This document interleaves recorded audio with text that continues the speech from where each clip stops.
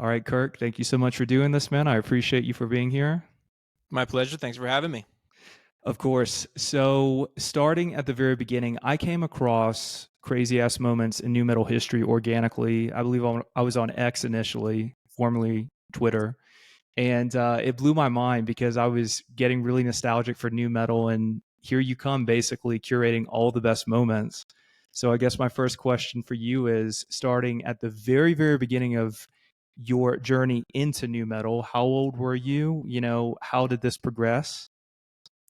You like objectively speaking, I would have been 13 or 14 or something, and as a consequence of coming of age of around the turn of the century, that would be the music that I would have gotten into. And I was more into like later wave type new metal like Taproot and Linkin Park and bands like that.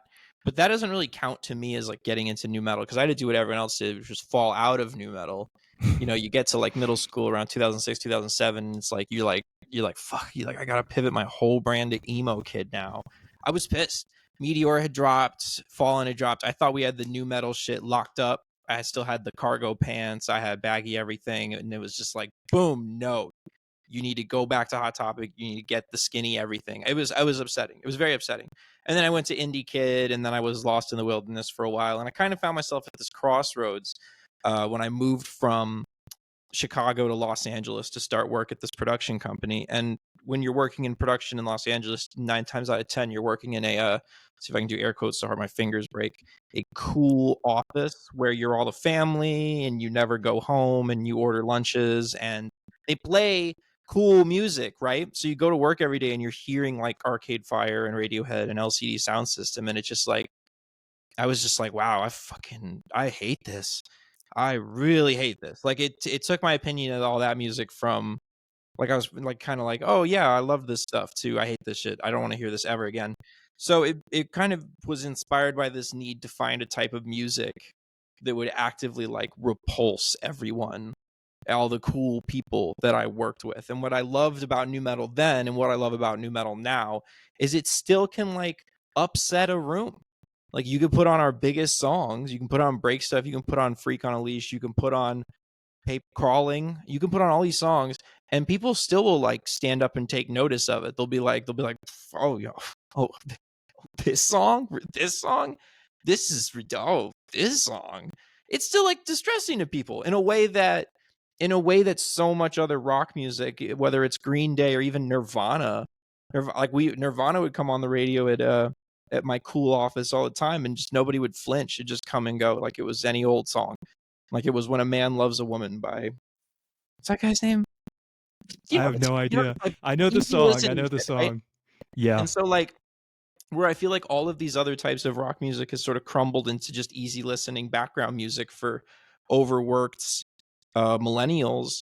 I feel like new metal stands proud as being just triumphantly terrible and impossible to ignore, and I just adore it so much for that. It's funny how I'm like 4 years deep in this journey, a year and a half or so in this very public journey as like my official CEO of new metal title, and people still fix their face and say like this whole genre was bad. And I think that's really inspiring. I think that's great. Keep that energy, please. That is something I want to pick up on, the CEO of new metal. Tell me a little bit about that before I'm going to tell you my relationship to new metal, but let's talk about the CEO of new metal. How did that come to be? When did that term happen? I started referring to myself that a really long time ago. I don't remember what the inspiration there was, but just something I started referring to myself as. There's someone else on Twitter that refers to themselves as the real CEO of new metal, but they're like 17, so I need to not be bothered about that. But it still bothers me. I'm still like, I'd be fuck, salty, yeah.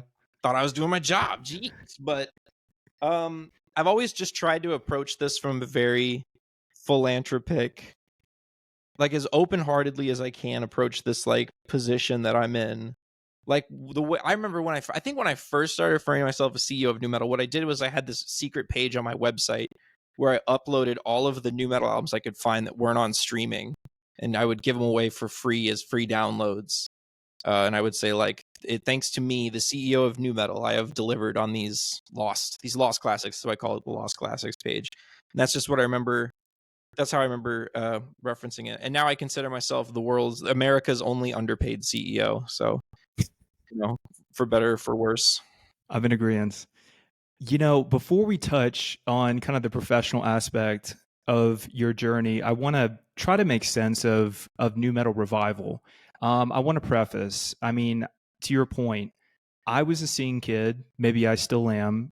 My first album was Hellbilly Deluxe by Rob Zombie, then $3 Bill Y'all by Limp Bizkit. But to your point, I transitioned to being a scene kid organically, right? Then it became, I'm 14, Under Oath. You got that DNA, though. You got that DNA. You were just waiting for someone to turn the key. I know. I was, and that person was you. I'm not going to be hyperbolic. You have to know this. We got agents everywhere. You know the band Good Charlotte? Of course. We had their guitarist on, and he was like, it was really funny. He was like, I never liked emo, didn't fucking care about pop punk. I was a nu metal kid. I had dreadlocks and everything. I did the emo stuff because like that's what was hot at the time. And I'm like, I fucking knew it. Damn. I knew it. That's a wild take, though, because, I mean, for me, it all flows together. Look, I don't believe in looking at any of this as irony. I want to be very clear, and I don't think you do either. I think you approach this very authentically like I do. I don't believe in irony. I've collaborated with You cannot do nu metal and be ironic. Exactly. This is like the least ironic genre of music ever. There's no like arch way of taking this on where it's like you look cool or removed or distant. Like you got to commit all the way. And that's why people struggle to make newer nu metal, is because we live in this era of like white hot cringe all the time.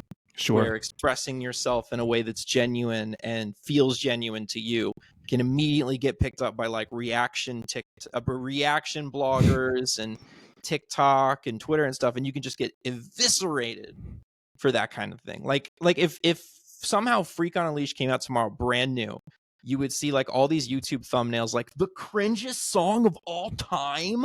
Of course. That's their take. What is he doing? It's a normie take. That's what it would be like. So when people want to like make nu metal, they play it really conservatively. They make it just like it sounded like 23, 24 years ago. And that shit is not going to work. So to me, like what excites me the most about like younger bands that are making nu metal is like, I think like Hunter Gex has the best thing smoking in terms of forward thinking, like excessively heavy music. And I know this is true because nu metal fans fucking hate Hunter Gex. They fucking hate Hunter Gex. Did you see them open for Deftones at Dia de los Deftones? I didn't. Tell me.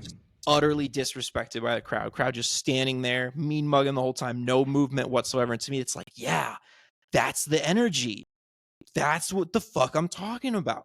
Like nu metal should not sound like it did in 2004. Like that's so stupid to imagine that would be the case. Like it should sound like that. It should piss people off. It should make people say like, this isn't music. How can you call this music? That's what the fucking ticket is to me.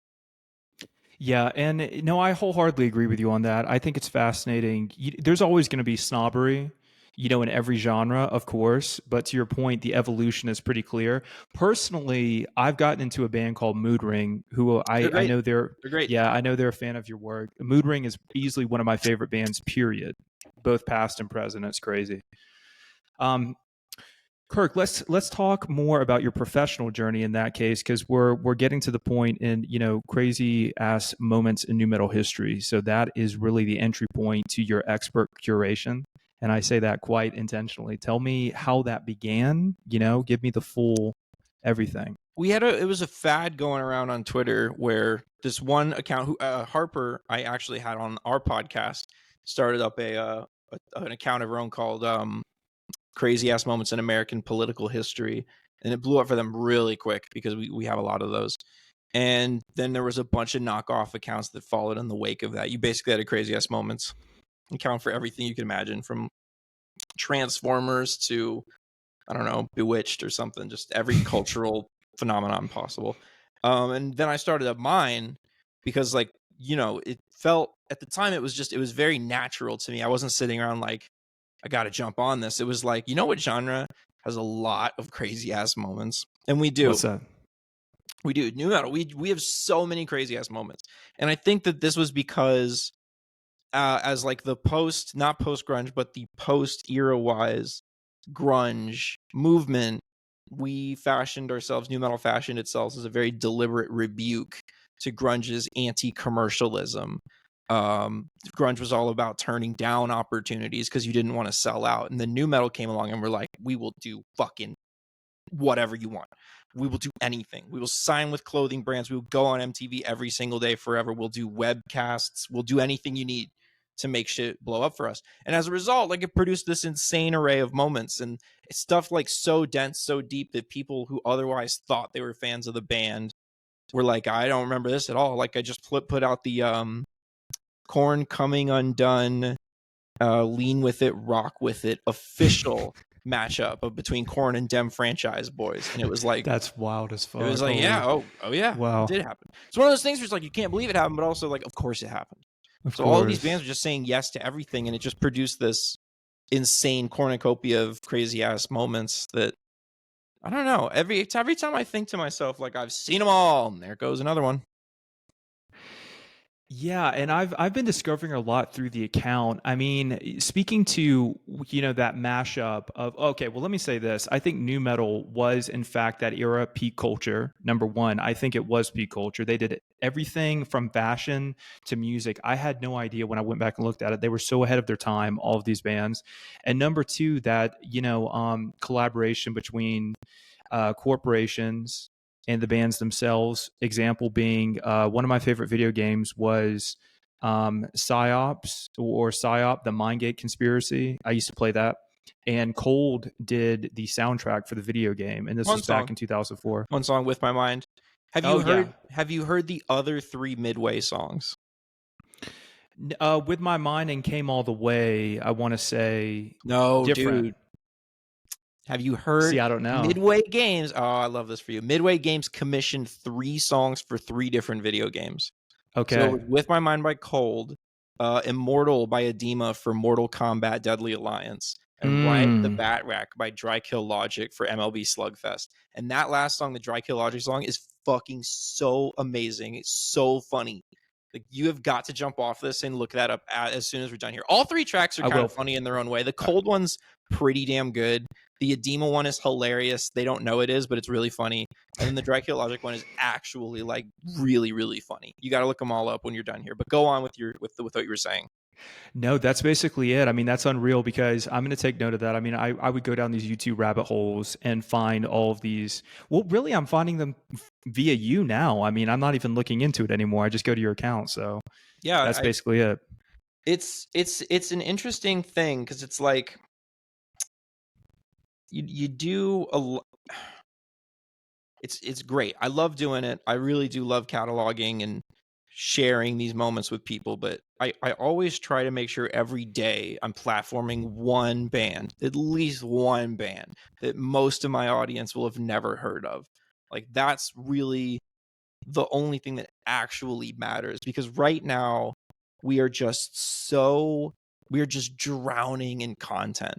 And it's something that I have to think about my responsibility to, when you think about AI and generative AI as being something that literally just recycles past materials into a new-ish thing. It's like, it's a lot of just what I do. Is I'm out here, I'm just strip mining YouTube for new content to share with people. And it's like that can't be like all I'm doing, like strip mining old content and selling t-shirts off it. That's fucking disgusting. So I'm always working really hard to try to make sure I'm platforming either really old like legacy bands that didn't get the shine they needed, or new bands that just need to know someone out there is listening, because it's just hard out here for that.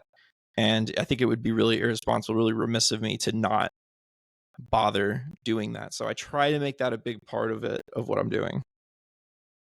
So, yeah, speaking to that point, how do you balance the preservation of new metal's original spirit with the introduction of new influences and artists? Well, here's the thing about modern day content culture. I hesitate to even call it culture. The problem with modern day content creation is that every single creative person, every artist probably in the world, feels like that they have to produce content. So if you're a musician, if you want to be a musician, you're under this intense pressure to release whatever it is you've made right away, immediately. In the 90s and the 2000s, bands would cut a demo, right? And then that demo would get shopped, and then that demo would hopefully get picked up by a label, and then you'd go and just do it with a producer, and you would fix those demos. You would redo those demos. You would workshop those demos. You might go on the fucking road. You might road test those demos. There were so many steps between you creating the music and you putting music out for anyone to hear. Now, in order to feel like you're not drowning, you're not being lost in the shuffle, you cut the demo, ship it off to get a decent mix and master, and put it out like right away. And so, I mean, oftentimes those finished, that end product cannot be very good. So I think that it's my responsibility to try to listen in and hear, like, what I'm looking for when I'm looking for like an artist to really platform, really get behind, to support, is not necessarily great or even good music. I just want clarity of intent, right? And inspiration. It's like, can I hear that they're going for something? Like, maybe they're not there yet, but are they heading in that direction? Are they going in the right direction? And that to me is more important now than actual quality of the music. Plus, if you're like assessing the quality of the music, have you ever tried to listen to like the first Korn album with virgin ears? It sounds terrible, right? Like, imagine you were like a rock critic raised on the Beatles and the Stones, and you hear that first Korn album for the first time. You'd be like, what is this shit? Like, to dismiss things out of hand because they don't necessarily fit like what you would expect good art to be is where you're gonna miss out on what it actually is good art. Well, look, that is true. And I guess, piggybacking off that point, what role do you think social media plays in the revival and transformation of music genres, especially nu metal? I mean, because that really is the crux of all of this, right? I mean, it's been talked to death, but, the rapid pace of content. What role would you say social media plays in all of this, for better or for worse? I mean, I'm waging war on social media, because when you add like my to me, what I think the last rock-ish, like rock-related music scene to really take off would have been emo revival and like the emo rap phenomenon, which came about in like 2016. And what you had at the time was you had a platform called SoundCloud. And SoundCloud, for all its faults, was at the end of the day about listening to the music. That was the goal of that platform, is you'd listen to a song, you'd engage with the music. Now, what social media companies have realized in the wake of TikTok's unbelievable success is it is way more in their best interest to prevent people from engaging with anything else than that platform, to just stay only in that platform. TikTok is I think TikTok is who invented that idea, which is absolutely fucking genius if you are a shareholder in TikTok. But otherwise, you can't make a broader cultural movement happen, because with TikTok, you might stumble on something on TikTok that does resonate with you in some way, but then you just go like that. Your thumb just goes whoop, and it's gone. You can't pull people off that platform. And every other social media platform has taken notice of this and started to retool their own systems to be similar to this, to where it's like, we got to lock people in on this. And when you think about it pragmatically, that makes sense. Why would you want people to click a link, leave your platform, no longer be looking at ads on your platform, no longer be engaging with your platform? Why would you want people to leave your platform? That was like the innovation that I think that was created by TikTok and adapted by everyone else. Was, it's like, keep people boxed in, keep them contained, keep them locked up. So when I work to try to platform artists and music and bands and create a sense of community, I have to like work at it. And the rewards sometimes are not very tangible, but when the rewards come in, they put like 8 years of like fuel back in me. Like I was posted this one band, wish I had their name in my head right now, but the artist, he's like 19, DMs me the next day. He's like, "You've changed my life. There are people talking about my music now. I got bands and artists I've looked up to my entire life have now followed me on this platform. I'm the happiest I feel like I've ever been. You've really done so much good for me." And I'm like, "Yeah, that's what the fuck I'm talking about. That's what I'm fucking talking about, baby." Because that's it. Fashion. When you start out, it's the same deal though. When you're starting out in art, and when you're trying to practice art on a professional scale, all you want is to know that somebody cares. And you live for that moment when you feel like somebody really reaches down and goes like, "This is valid. You're valid. What you're doing has a point. You're on your way to something." And I can be that to younger artists. And that to me that's like all the retweets, all the virality, all the t-shirt sales, all that shit is so secondary to just like being what artists need now, which is an advocate. And that's all I'm really actually trying to do. Yeah, and I, am curious if you've had, any artists or particularly inspiring, moments like that, as you mentioned. I mean, could you discuss maybe a moment that really impressed you or surprised you, running Oh, in the course of running this account? oh yeah. There's this band named called Cheem, and I talk about Hmm. this band every day.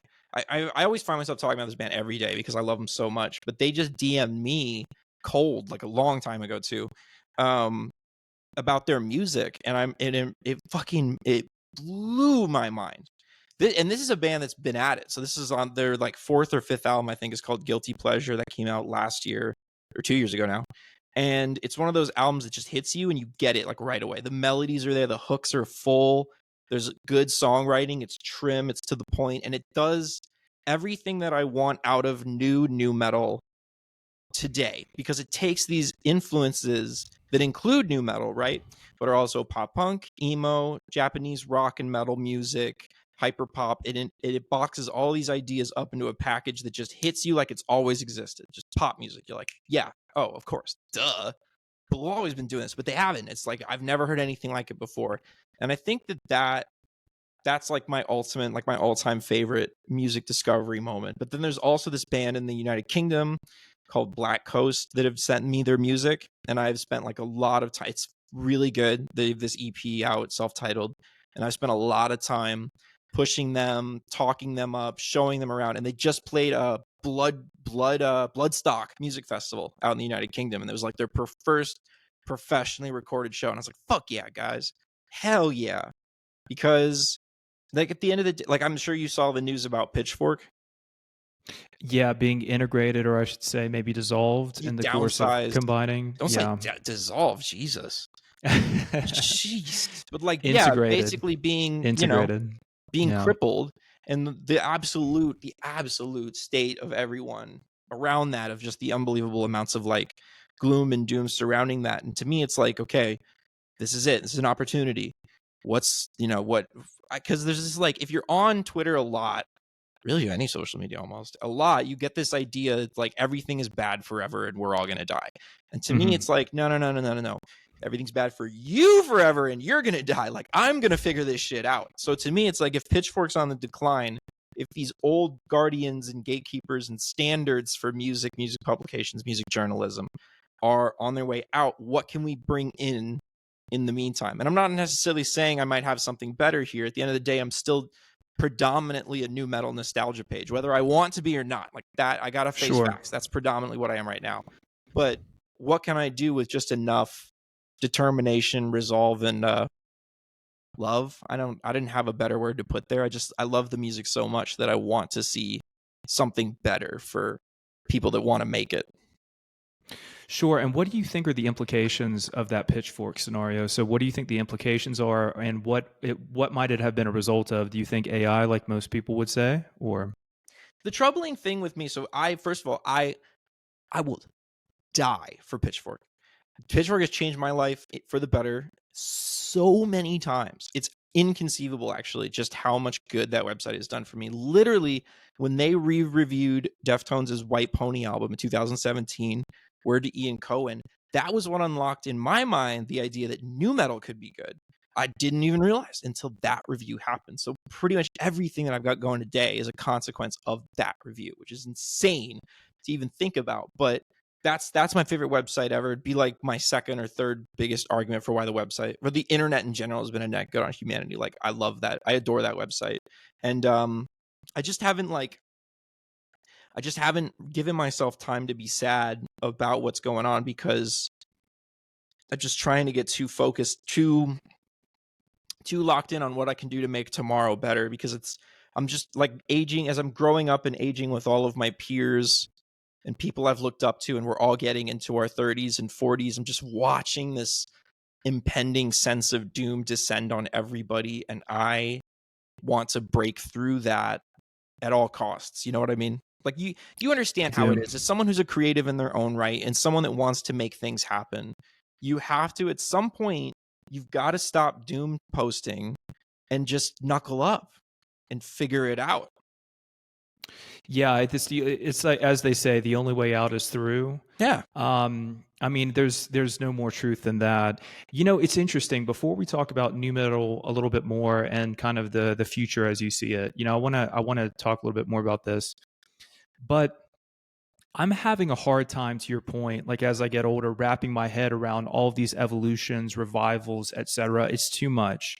And just so you know where I'm coming from, like I said, you know, when I started my career in art, I would say a couple years after I got out of college, the medium was fashion. Now it's evolved into a plethora of other things, you know, art installations, things like that. But with regards to the people that I was working with, I was collaborating with with brands that were popular during the new metal era. I relaunched Jinko, the jeans brand at the time, some years No ago. I shit. relaunched, yeah, I relaunched Ed Hardy many years ago. I would say about 4 or 5 years ago now. I'm not But I familiar with did your these things pedigree. authentically. Damn. Yeah, I did these things authentically because everybody at the time was saying, you know, how atrocious these things were. And I said, no, I have a vision for this. That's not ironic. That actually I would like to. So the Oh, reason I you've worked say with that Billie is, Eilish. yeah, of course. I've worked with Billie Eilish. I did a music video, All the Good Girls Go to Hell. I worked on that. Oh, and the production. That's Yeah, sick. yeah. That's awesome. That's so cool. She's good. And they start watching it and she starts giving the notes and everyone, one by one, everyone's like, that's a good idea too, yeah. We should have done it like, yeah, all right, we should have done it like that. They're all really good notes. It was like everyone's just getting schooled by this like 17-year-old girl. So she's awesome though, and I bet she loves new metal. Very prescient. I mean, everything that with fashion related goes through her stylist at the time, but ultimately her style was better than anything I'd ever seen in my entire life. I'm not joking as it pertains to like having worked in the fashion industry. But I say all that to say this, to kind of segue, and I want to get your philosophical thoughts on this. I can't keep up. I can't keep up. Do you think that new metal is the final revival? Do you think that this is it before we just turn into robots? Because I'm really having a hard time. So here's the thing about new metal and the idea of new metal revival. It doesn't quite jive with me. New metal was created as a response to the rapid evolution of funk and hip hop and rap music in the mainstream. This was guys that were fans of Cypress Hill and NWA and Ice Cube getting together in a garage and in warehouses and in rehearsal spaces and going like, we can do that. Not like becoming rap, but being like, we're metal musicians. We make metal music. We can do that too. And then doing it and pulling it off and being rewarded as such for their adventurousness by becoming the biggest genre of hard, heavy music by the turn of the century. So to me, and to me, that should have never ended.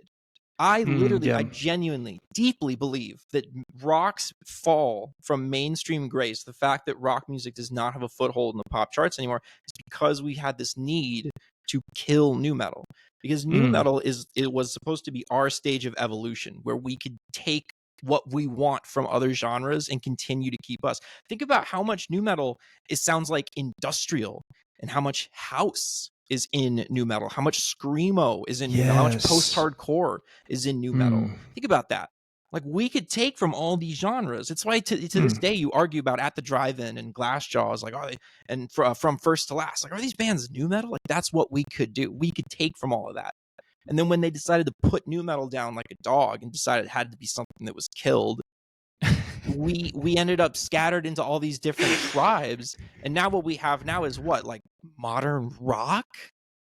Like what do we even have now? Like what we have now is one band every 4 years becomes moderately commercially successful, and then every band after has to sound exactly like them. Like we still have these young bands out here writing Bring Me the Horizon songs. Give it up. Write a different song. There's only so many of these choruses you can push out there. Enough.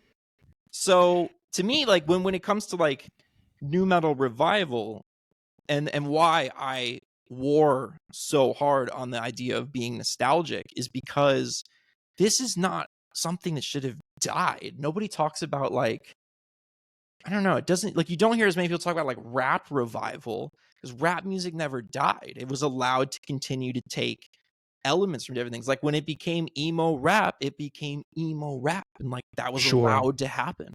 It wasn't suddenly like this other thing. It was emo rap. Yeah, why the fuck not? Sure, you could sample Under Oath. Why not? And then that was, and people complained, sure, but it took off. It still took off. You can't do that with rock music. Rock music has these like hard borders around everything, these very thick lines that you can't cross. Nu metal was the attempt to dissolve those lines. And I don't know, maybe it's because of its embrace of historically black styles of music that was decided upon as not okay. Maybe it felt like we had to defend rock music from such outside influences. Who's to say, really? But to me, it's this historical injustice, honestly, that we just gave up our spirit of innovation like that for fucking nothing. For nothing. Like, why did we do that?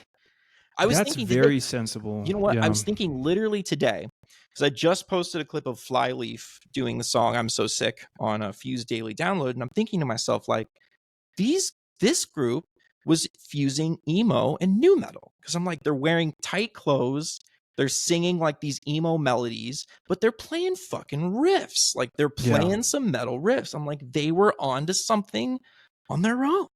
And of course, like, that's like one of like only a couple songs of them we got that did that. But to me, it's like you could have done a whole genre like that, where it's like Evanescence but heavy, like heavier Evanescence. It's crazy to me. It's crazy to me that we just were like, no, never mind. We're active rock now. Maybe you just made a case, because I love how you articulated the entirety of the why, but you might have made a case for why nu metal is the be all end all of revivals, because it really, as I said earlier, kind of did everything in a prescient way first. And, it seems more relevant than ever, living through a time where there are no boundaries for the most part. There are no, defining genres and boxes. Nu metal might be the most relevant of all genres, in my opinion. Yeah. Everyone's so siloed now, but yeah, it is, because that's what should have been what carried us through the generations, was that ability. Because the thing about me is, and I feel like you could probably relate, is I'll never connect to anything more than I can connect to guitar music. That's just where my heart is at. I appreciate all kinds of different genres and styles. I love a lot of dance music. I love a lot of pop music. I love a lot of rap music. But I need guitars. It's just that's my blood, is guitar music. And nu metal was us saying like, hey, we could do anything. We could do anything. And when was the last time you felt like rock music had that spirit? Like, we could do anything. No, now it's like, God, I hope Spotify playlists us. Please let Spotify playlists us. 23 years ago, you picked up a guitar and you'd say to your friends, be like, we're going to be fucking millionaires. Do you think there's any young rock band today that's like, we're going to be millionaires? No, it's like, boy, this would be great to have as a moderately nice side hustle. And that's bullshit. That's bullshit. That's absolutely nonsense. And people want to figure out why like culture doesn't inspire like it used to, or like why music's not as good as it used to be. And it's like, dude, we've quashed the dreams of this generation. It's insane that we have to let people flounder. And you know what's crazy is even rap music is going in that direction, where people are suddenly making less money doing that, and there are closing down of possibilities for that. So I don't know. I just love music and music journalism. Honestly, I love both of those things too much to just throw up my hands and be like, it's over. We're done. Nuclear holocaust, AI apocalypse. We're done. It's over. I just can't do it. I won't. Well, it could almost be generational. I mean, that's an easy out for me to say, but there is a lot of nihilism now that I think didn't exist back when you and I were coming of age. That nihilism was not present. Now you see so much of it on the internet. I might relate to Gen Z culture in so many ways, because I think they both, millennial and Gen Z culture, inform one another in some ways. Some people do kind of fall off into adulthood, but that's not relevant, I think, to you and I.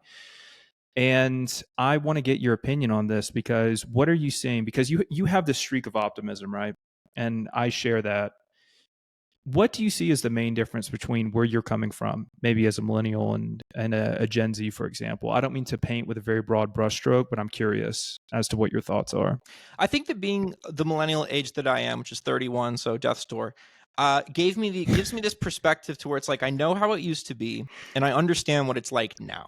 So I was around during the era in which making music, making guitar music was still a dream, still very much a difficult aspiration, but you could do it and make a good living or even a killing at it, right? So Sure. I know how it was, and I know how it used to. I know it used to be tour buses, $400,000 music videos, $1 million, promo packages and stuff. Like, it used to be like that, and now but I also have enough perspective towards the younger end of the demographic to know how it is right now, which is very much like atomized, every man for himself.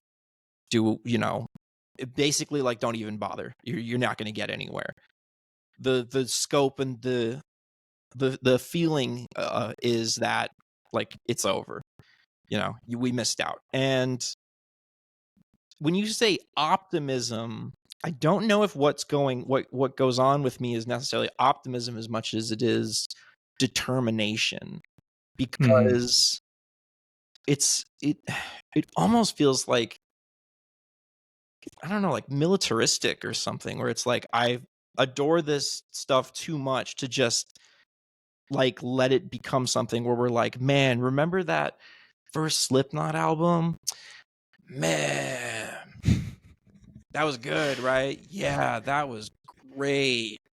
Like, don't get me wrong, I love celebrating the classics. The classics are a classic for a reason. Just wrote a whole list. The top of that list is, Slipknot and Korn and Linkin Park and Deftones, and I'll die about all those bands. But also, I think it would be a betrayal to the spirit of nu metal to ever let it become a remember the good old days type movement. And I don't know. I just can't let myself get caught up by that idea that it's just all going to get worse forever now. I just won't do it. That's a perfect segue. Let's speak to that. Let's transition back into the professional work here. How do you envision the future of nu metal, both in the digital space and in the broader music industry? I think it's going to be LGBTQ plus people integrating heavy guitars into hype pop music to express the way that they feel about current events and stuff. And that will comprise like maybe the heavier side of it. And it's something to really keep your ear towards. Nu metal, and even in its peak era, was always very gay, very feminine. That you had their biggest bands singing about fucking each other, and you had bands like Orgy wearing crazy makeup. Even like Machine Head was doing wild shiny suit outfits and hair and stuff. But it was predominantly dominated by straight white people.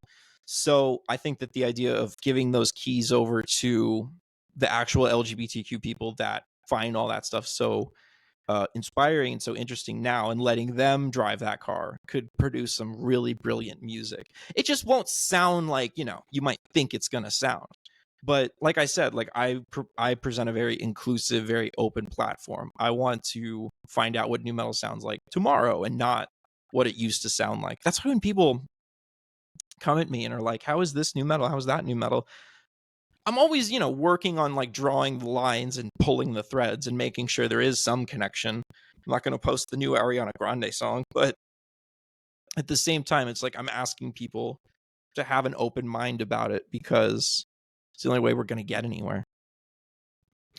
Well, that's very true, and you brought up a bunch of very interesting points, and interesting bands too, like Orgy. I was looking at Orgy the other day actually, and their performances. Totally off topic, but just the way they did the makeup, the hair, it looks so cool. Everything. It was better than honestly the scene era, if I could say so myself. I mean, I love the hair and the styles from the MySpace scene era, but when I'm looking at Orgy, I'm like, wait a second, the motherfuckers this could be relevant. But you get today. to the scene era, and the motherfuckers was doing crazy hair and wearing t-shirt and jeans. Orgy were going full head to toe, and they were rewarded from it. Jay Gordon was a Calvin Klein model, was in Calvin Klein ads. I did not know that. Jay Gordon was in Calvin Klein. The other, his name's getting away from me, and I'm sorry. Ryan Shuck was also in Calvin Klein ads, and so was David Silvera, a drummer from Korn. He was in some Calvin Klein ads. Very controversial, that last one, but that was the deal. Like, it was very fashionable. And I feel like we should actually talk more about fashion, because this is funny. This keeps happening to me, and I'm afraid it's happening to me right now, where people come ask me to speak on different nu metal stuffs, and I will get, as you've probably seen, very passionate about the music side of things and the culture and the future of new metal and stuff like that. And then the article comes out and it is a fashion article. It's in the style section. And I'm like, oh, fuck. This has already happened. I've been in the New York Times, I've been in GQ, and both times I did these huge interviews about music and I get reduced to like a little bit of a mention. Because at some point in that interview, they're like, what about the fashion? I'm like, yeah, trip pants and leather and stuff, whatever, blah, blah, blah. So I do need to know, like, is this a fashion podcast? Are we talking fashion here or what? Let's speak to it. Let's speak to it because we're at the intersection of everything. So I think it's important to note, if they wish, I mean, you can't really talk about new metal without talking about the fashion. I understand, just like you can't talk about the scene era without talking about the fashion, the girl jeans, etc. The Tony and Guy hairstyles. We get it. So I want to hear exactly kind of what they've mentioned to you about that, what questions they've had for you, but your opinion. If you could just opine on that in general, I'd love to hear it. New metal fashion was just the absolute best. The best. Because as a differentiator from a lot of other eras of metal was, I think, new metal more than any other era of rock music, you all had to look totally different. So you could say like, yeah, it was about wearing big pants, but Slipknot were wearing jumpsuits and all their own masks, and Orgy were dressing down like David Bowie in The Matrix or something, and you had Korn, they were wearing the leather kilts and playing bagpipes and dressing hip-hop, and then you had like Limp Bizkit with Wes Borland, who literally looked different every tour in ways that are just so bizarre. You had Mudvayne with their different makeups, and Chad Gray's enormously long blue twisty beard, and you also had like smaller bands like American Head Charge, who had this ridiculous like Psycho Circus meets Ozfest type outfit get-ups, or Playmo was a French new metal band who did like the Slipknot jumpsuit thing, but all their jumpsuits were in primary bold colors and different colors for each of them. And I always thought that looked super fly. And then they had like big anime influences and really dense like art and ideas. And I think that and then you have bands like Papa Roach, where it was just all black Dickies. And that was really fly too, honestly. Like, I thought it was really cool that all these bands had looks, because it's like when they hit the stage, before you even heard a note, like you knew they were on business. They were about it. They were not coming out there to like play songs. They were out there to be a force. And if a band comes on stage and everyone's dickied down, just t-shirt and work pants, same pairs of Adidas's, like, like this is a unit. They're standing for something. And that really, to me, and I'm sure you can relate to this, when a band comes out and they look like they're just wearing what they were wearing at their day job, you're like, fuck them. Right? Like, you're so out. Like, does this matter to you or not? This is actually important. Why are you wearing jeans? Jeans. I hate a t-shirt and jeans ass band. Like, I don't know what else to say. I hate a t-shirt and jeans ass band.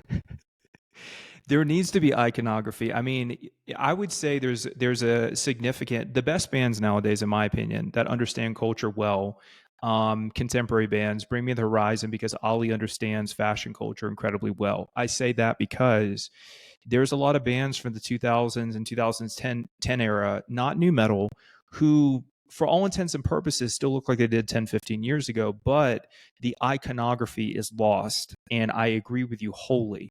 The iconography of the new metal bands, specifically Slipknot, their branding, their marketing, it goes without saying. I mean, it transcends everything. So I agree. Like, when I see a band who looks like they don't have a very clear direction as it pertains to their costuming, if you want to call it that, pertains to their fashion, I think there could be something to be said there for sure. And you think about how many modern bands go huge distances just by having really densely plotted out looks, like Sleep Token, where even though I cannot recall any song of theirs I've ever heard, I know what they look like. And that does count for something. And Bring Me the Horizon's a funny one, because I feel like I rag on them quite a bit, but the trouble that they have, the unfortunate position they're in, is that they're peerless. Like, they're big in a way that they don't have anyone around them to maybe take some of that heat. Like, for new metal, it was like, hey, you had Limp Bizkit and Korn and Cold Chamber and Fear Factory and Disturbed and Godsmack, and you had all these bands that were duking it out in the same arena. Whereas with Bring Me the Horizon, it's like them and I don't know, Bad Omens, like them and everyone else. And so they, they take a ton of flack, but it's like that's another thing where it's like there should be 5 different Bring Me the Horizons all competing in that same arena rather than this one band that's on every festival and every tour. It's not fair to them, honestly, because they are good. Well, you made your Good. point. They Yeah. make good music. It's just the type of music that they make is surrounded by other music that just sounds like them. That's fair.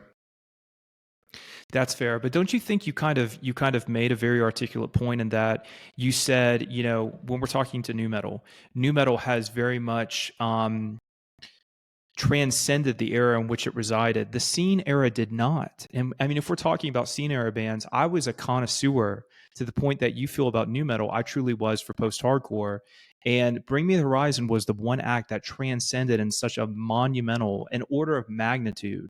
No other band from that era could really compare. And they were new metal. I think that's a fair assessment. They were doing Slipknot covers in Russia when they were, like all in their teens. Like that was a band infused with the spirit of new metal. And I know that's true because they have they have taken the liberty throughout their career to sound different, including and to the point of is when you get to like Post-Human and Amo and stuff, and now they're just they sound a lot like new metal.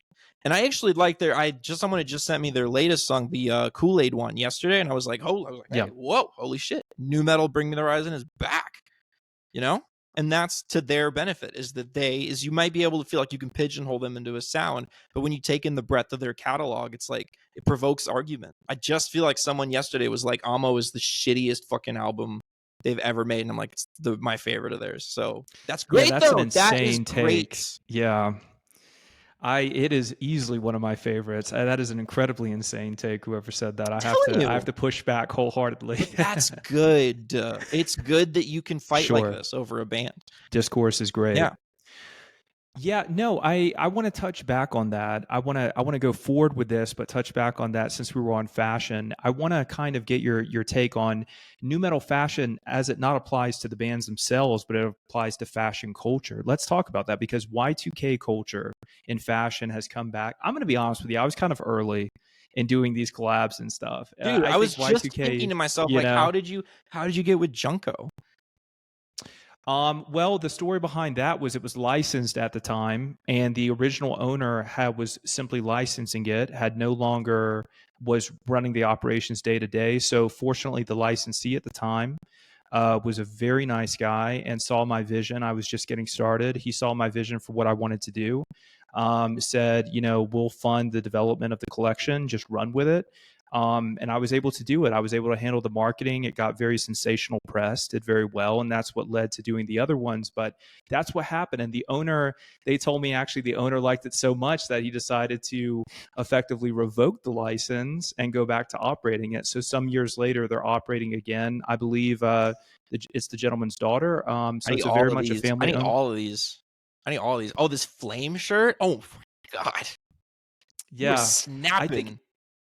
Thank you. Yeah, I think it's one of those things where it's like, look, that was such an iconic brand, and it being licensed at the time, I was like, there's something to be said here. But like I said, Kirk, I was early because I think Y2K is way more popular now than it was when I did that collab some years ago. You know what I mean? That's what I struggle with. First of all, let's talk pants. Can we talk pants? We absolutely can talk pants. The struggle with pants is, to me, this is an opinion thing, is if your pants are making a statement, you're on thin ice. I personally feel like when the pants are making the big statement, you got to like kind of deliver on something, because that's just like, okay, one time I went out and I did karaoke and I wore leather pants, and I feel like that was really fucking stupid, because when you're wearing leather pants, you're elevating yourself amongst the room and you're doing karaoke. So it's like, who the fuck is this guy? Oh, look at leather pants up here doing karaoke. It's the same thing with Jenkos. You walk in a room with some Jenkos on, you are making a statement. And it's like Jenkos, and honestly, Jenkos are like the ultimate, like they're a metaphor for new metal itself. You can't ironically rock a pair of Jenkos. You look twice as dumb. You go all out or you got nothing. Like I got this. It's true. I got this. When I DJ, What I wear when I DJ is I wear these fucking huge button-up print shirts. So I wear I remember these. those so well. I wear these, and I wear them with some mesh gloves and like these candy. The fan made these for me. Is like these candy wristbands that say like New Metal Agenda on them, and I wear that, and I go, and I just, as soon as I walk in, as soon as you look at me, you're like, okay, he's not playing around about this. Like, he's gonna get No. on these decks, he's gonna spin some Linkin Park, he's gonna spin some Orgy, and he's gonna live for every second of that. You know what I mean? I do completely. Well, you've clearly gone hard. Look, you can't have the passion for it without being authentic. And that's something undoubtedly you are. No. First of all, I remember those shirts well. I just want to say that. I remember going into the store when I was a little kid and seeing those anime shirts. So many. They were pretty. Please, let's see. This is Pete right here. This belongs to a franchise. It's not like a generic character. This is actually from a series. I can't remember what it was offhand. But because people think shirts like that, oh, is this a video podcast or just audio? Sure. Oh, this is a video and audio. Oh, yeah, great. We got it. What's funny though is because people think of shirts like that as like a joke. So I got it for $20, and I looked up later. It's a $300 shirt. Yeah. And the thing is too is it's like you look at shirts like that and you're like, whack, lame, loser shit. When I rock these, people are like, bro, you are suited out. You are killing the game right now. Because if you go head to toe with that, and you really commit to it, people are like, I wish I could dress like that. You know? Like, do you remember the era? 100%. Do you remember like the John Elliott era where it was like joggers, really expensive white tees, short sleeve hoodies? Oh, the Stan Smith era. The Stan Smith era. Yeah, I would say mid 2010, somewhere around that. Yes. Yeah. Where it was literally like just dress as boring as possible. Yeah. And spend like $58 on a engineered garments black t-shirt, and you like are always like, you're kind of in the room trying to figure out if anyone knows, like, hey, this was before. This is garments. Anyone see the tag? That's the only way you would know. I mean, if you live in LA, yeah, people are going to have a kind of understanding maybe, but if you're anywhere else in the world, no one's going to give a shit. That was the reality back then. It was such a trash. It was such a trash, you know. And now, to me at least, like the joy I get out of dressing every day is like making you fucking see it. And if you wear Jenkos, like you gotta have an opinion on that. Everyone around you is gonna have an opinion on that. You wear a nice pair of like what was the big what were the jeans? It was like the big jeans back in the day, like the Japanese, one of those Japanese brands. Was it a Selvage denim brand? Oh my god, you couldn't wash them. A Vizu or perhaps G-Star Raw. I think a Vizu is probably it was the most popular, but there were tons. I mean, during the Selvage era, there were tons, like Ironhead, everything. I remember reading like the way to clean a Selvage pair of jeans, you wear them into the ocean, and then you dry by standing on the shore for a certain amount of time. And that's when I was like, all right, well, I'm out on this. I'm just going to go to JCPenney and let the Lord guide me, because I'm done. I can't do this anymore. But I prefer it the way it is now, because it's like, hey, if I walk out of that room and you look to your friend and you're like, but didn't he look like a dork? Fine with me. I was there. You can't say I wasn't there. I was there. So speak to that, because we're talking about the maximal era of dressing, which came about really recently. And I honestly don't even think it was, like I said, when I did that Jinko collaboration. I'm talking maybe in the past few years, maybe like during 2020 when everybody was on the internet for so long. What do you think about that confluence of factors that's led to the Y2K revival as it pertains to mainstream fashion? Because that's really, I'm loving it, but I think, you're just as much a fashion guy now, whether you want to be or not. You are a fashion. You know what I'm saying? I actually do adore new metal fashion, and I have a absurd collection of vintage new metal tees back there, and I'm very proud of my button-up shirts, and I accessorize and stuff. Like you gotta have like I don't keep a ball necklace like right here, always right here, just in case. Like I fucking adore new metal fashion and dressing new metal. Oh, you know what I have that is fucking spectacular is a pair of. Let's show them. We got to show them. All right. So these, okay. Vaguely, but bring them in, So, and everybody is going to be my stunned. girlfriend They're rocks not this ready. better than I do, but the Godsmack hockey jersey, right? Oh, bro, let me tell you. Talk about it. Wow. Well, I'm sure that does. Let me just say that does not mean straight edge. Let's clarify that. No, it That's does not. The probably three some. X's. No, That no. does not. Okay. New metal is on a different level. Habitual relapser is what that means. Yeah, I was gonna say because I'm straight edge personally, and I just want to clarify that for And then if what do they anybody know does give a about the shit. But leather Junkos?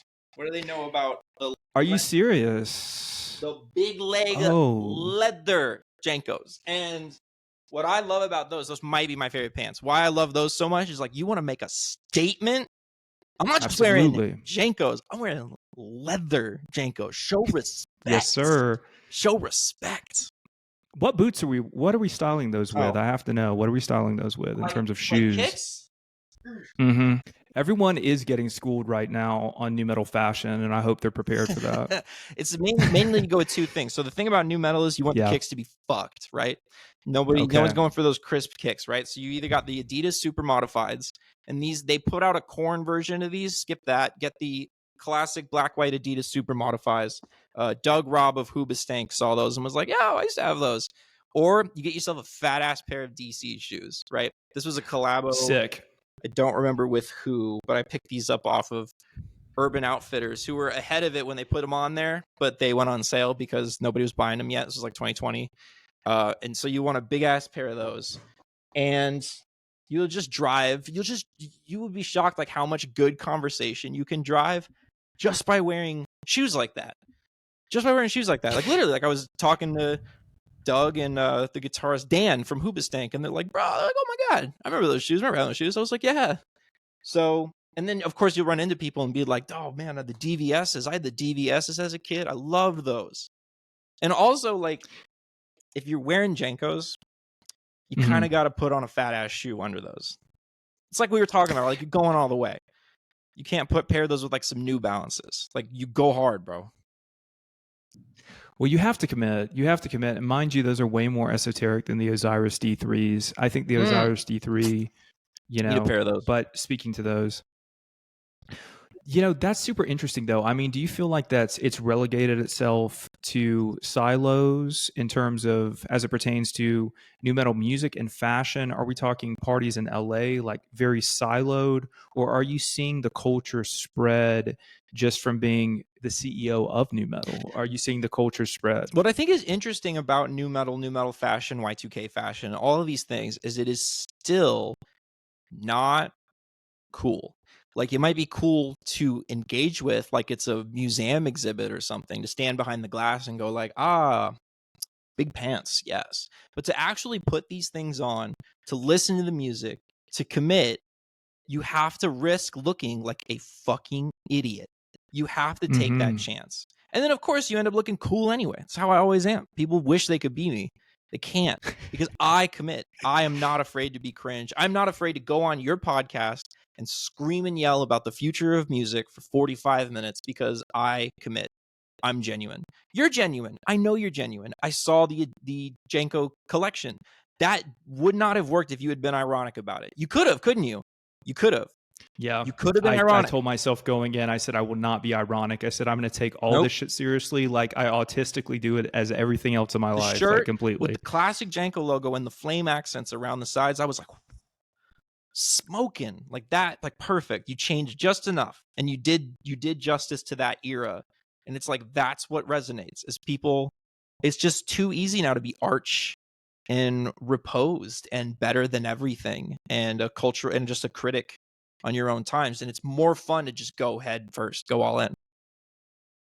I just need everybody, the audience who is listening to this podcast, just to say that I got the biggest compliment from Kirk as it pertains to my work, and he would know. So everyone needs to take note of this right now and just flood me with compliments. Like the resonant stuff to me, I think like you achieved. I think that we achieve all of the emotional acuity that we need by the time we're like 13, and then after we're 13, we are building layers of remove atop that to get away from that emotional vulnerability. Because when I was 13 and I heard Paper Cut by Linkin Park for the first time, I was like, this is pretty much everything. Like they've got it figured out. And then as I grew older, I get to be about, like 18, 19, 20. I'm listening to the fucking National or Arcade Fire or something. And am I really hitting the emotional resonance harder than Linkin Park were? No. No. No. And then I had to get all the way up to being like 29 and 30 to realize like they were doing it, they were hitting it right the first time and go back to that. And people are just afraid to confront that version of themselves. Like anytime I bring up or post about like of all the songs too, like Last Resort by Papa Roach is one, I've called it the second greatest new metal song of all time before. I'll stand by it today. It is a masterpiece of a song, one of the greatest ever made in any genre. But every time I post it, the responses I always get are like, man, it's a real guilty pleasure of mine. No, it's not. It's a great song. You don't have I to do can't stand that. I cannot fucking stand that. No one needs to use guilty pleasure. Do not preface your interests, your likes. I'm done. I'm so glad you said that. I don't want to ever hear anyone say preface my guilty. No. This is life for you and I. This is that. life. I just want to use those 3 Sometimes, words. sometimes Yeah. I feel like I'm just trying to like force people to engage with this as art in general, like not as a joke, not as a throwback, as something living and breathing in front of you right now. That's why I love Right. Slipknot so much, and why I put their debut album at the top of my greatest new metal albums list. Why I think that their self-titled debut record is the greatest new metal album of all time is because it was this. It's so urgent and alive. It forces you to confront whatever version of yourself you hear in it, and that's uncomfortable. That's uncomfortable. You don't. The Strokes don't do that. The Strokes don't do that. Those bands don't do that. They allow you to inhabit a cooler version of yourself. When you're listening to Hard to Explain or Last Night, you're like, fuck yeah, I'm really cool. This is cool guy music. If you're listening to new metal, you're who you are, bro. You know? That's a brilliant philosophy, and I don't want to sound hyperbolic as I attribute that to you. That is brilliant because no one has articulated it in that way. That rawness, there is a level of depth. The superficial, people say, okay, this is music you listened to when you were younger. This is nostalgia, and to that, I vehemently disagree. I push back with maximum force. I'm like you. I think that this is the realest, truest, authentic, most kind of deep down, visceral music that we have. And you even mentioned Bring Me the Horizon has kind of circled back to that part of themselves. And we all grew up in the scene together in terms of being around the same age and being, post-hardcore. I was adjacent, of course. But I think that's so fascinating. I like the way you phrased it philosophically. The That is key what I would like the to key say. that unlocks it for me though in new metal that I don't hear in other genres of music is that those new metal artists were bad. Is that they were not being poetic enough, they were not being musically gifted enough, they were not good singers. They were defying the laws of conventionally good music. And as a result of that, all that music to me sounds kind of like it's like you have like this wound on your arm and you bandaged it up really well. And it's like you have a really nice looking bandage there. And then when you listen to new metal to me, like you're just taking that off and you're having to put alcohol or rubbing alcohol right on that wound that you've been ignoring for so long. And it hurts. It hurts because you don't have Kurt Cobain or Bob Dylan or Paul McCartney to make it sound beautiful with these melodies and these words and all of this tortured genius and stuff. You literally just have, cut my life into pieces. This is my last resort. Like I'm gonna kill myself tonight, bro. And like you can't run away from that feeling, however that makes you feel. You can try. You can be like, remember this old song, or this is so cringe, or it's a meme or something. But it's like if you sit down and you take that seriously, you might discover something about yourself that you forgot. That's poignant. And that really does bring us to the final part of this conversation because I'm so glad I got your philosophical take on new metal. You were able to break it down in a way that I think it'll resonate, make people think like, why am I using these terms like guilty pleasure, cringe? Why am I, feeling like I have to preface my whole life? Just be who the fuck you are and enjoy this finite existence you were Because given. I'm with there's you. so many more of us out there that are not gifted or talented in that way, to where it's like you don't have to pile up all this stuff to make you feel like you're someone that you're not. Just be who you are. investigate yourself. That's what new metal was all about. It was all about figuring out what the pain inside really meant. Well, that is very, very true. And I guess in your opinion then, going forward, what has been the most significant change in new metal as a genre since its inception? You've really curated the entire landscape recently. So I mean, what is the most significant change you have seen, if any? The worst thing that happened to us was post grunge, because what happened was around the turn of the century, is you had bands like Stained getting really like turning away from new metal, making post grunge, and getting really big in the process, and that kind of closed down the scope of things into being smaller and smaller. What I find optimistic, what makes me optimistic, what makes me interested in the newer forms of new metal coming out is a reappraisal and an embrace of the sincerity of making the music that you feel like you have to make, not making the music that you feel like you should be making or that the TikTok algorithm wants you to make, but like literally just like fuck, I've just got to make this music. This is the music that I've got to make. And I think a lot of what I hear now is very raw, is very energetic, and is very, in many ways, bad. It is poorly produced. The songwriting's not all there. Structures are a little off. The playing is a little sloppy. But I can hear inside of that music the personal dedication and desire to create something bigger than oneself. And that is all that matters. So, and if anyone listening to this is making their own kind of music and wants to be heard, you got to come to me. I do not ever get a DM and think like, oh, fuck, here comes another submission. Like, you got to send me your music. I'll figure it out. I'll get to it. Just make sure I hear it, whatever it takes. So everybody do that. Everybody DM your music to Kirk. He's open. Bringing us back to that earlier point, I think this is the perfect way to close out this conversation, Kirk. What do you see as the biggest misconception about nu metal, and how do you address it through your work? I think what the biggest misconception about nu metal was that it was this reductive, misogynist, sexist genre for angry whites. It was consumed by angry whites quite a bit. Yes, we were definitely the face of that movement. But the misogyny, the sexism, all of this stuff, very overblown.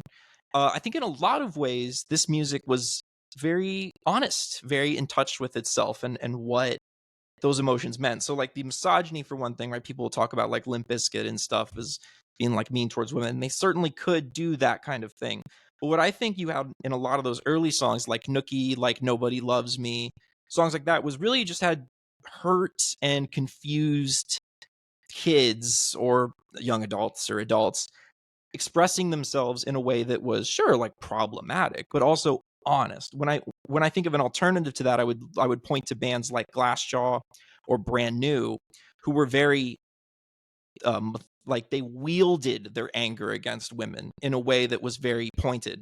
Whereas with a lot of new metal bands, it was literally just this naked and ugly and cringy expression of feeling. And I think that it was much more inclusive genre than people give it credit for. Sure, yes, a lot of high school bullies lived for that shit, but if that is one of the biggest things that I think keeps people away from that music, is that they think of it as such. And I would say no, explore that a little more, because what I think you'll find is I think you'll find a lot of people with a very honest desire to understand these feelings, but not the capabilities necessarily to express them correctly, however the fuck that might be. There's always going to be a place in art, I think, for people to be problematic. It's easier to like read a book or watch a movie and discuss authoritarian intent than it is to listen to a song that uses the word bitch or the F slur or something and be like, and like suss out where that impulse may have come from. But I think that if you approach it with a more critical, a more open mind, you'll find this music to be very honest. And that is, to me, my favorite thing about nu metal, was that it was just always a very honest genre. It's like what we've been talking about this whole time. You can't half-ass this. You can't put on a front for this. You got to go all in. You got to commit. Be yourself. Yeah, and we need more honesty. Don't we? We do. We need more honesty in our society. And I need a pair of them jeans, Akiva. So if you got a sample selection in your closet or something, I'm a 32 waist. So I'm just saying. I wish, but I'm going to make you something one day. We're going to collaborate. Yeah. I think that's what's coming next. Yeah. We're gonna figure this out together.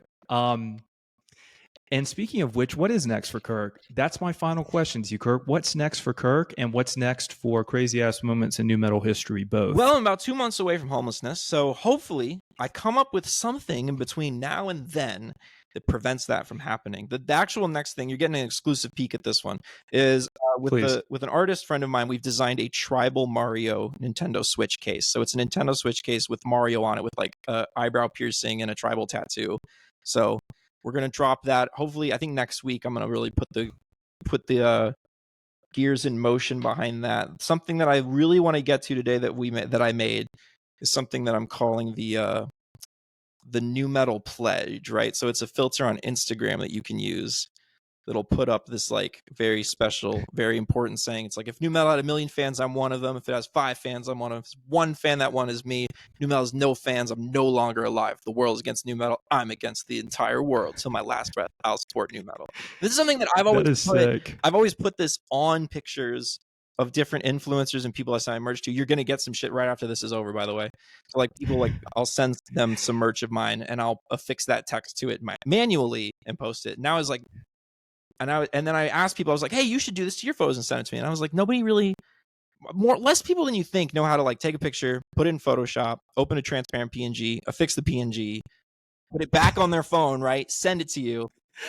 Too much work. So I was like, I'll just program a filter and people can do it that way. So I'll publicize that, I think, today if I have the energy to do it. But, you know, we have the website going. That's cranking. We've got our 100 albums list on there. If you haven't read that, absolutely read it. We worked so hard on it. It's 38,000 words. So we have our 100 greatest nu metal albums list out. Oh, and are you in LA?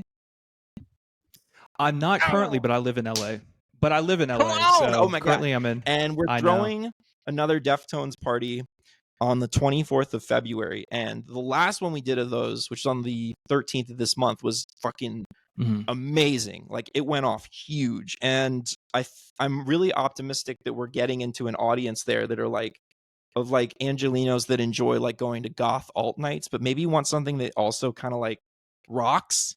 So you go to enough of those goth alt nights and you're like, here's Typo Negative again, or a band that sounds exactly like Typo Negative. And I think that it's cool to like play songs by The Cure in Depeche Mode and then like Linkin Park. And then, you know, you do the Smiths and you do The Cure and then you do Deftones. And like that, I think, makes the night so much more fun. We did an At the Drive-In song at the last one and the place fucking exploded. It was like, oh wow, it was so dope. So I'm going to get on my shit. I'm going to do a big flyering campaign and stuff and make this one that's happening on the 24th. I'm going to really try to sell it out. Yeah, and just 2 things real quick. Shout out to Jim Ward, who was on the podcast previously from At the Drive-In. Oh, wow. So go back and check that episode out. I think that'll be super insightful. And number 2, all of the listeners have got to go to these parties who are in LA. I know Kirk's been doing these parties. I got to go there. That's going to be my next thing. So I'm excited for the next one. Hopefully, if I'm in town, I'm there. Let me just tell you that right now. That to me is like the apex of the nu metal agenda, is like, we're not on our phones at all.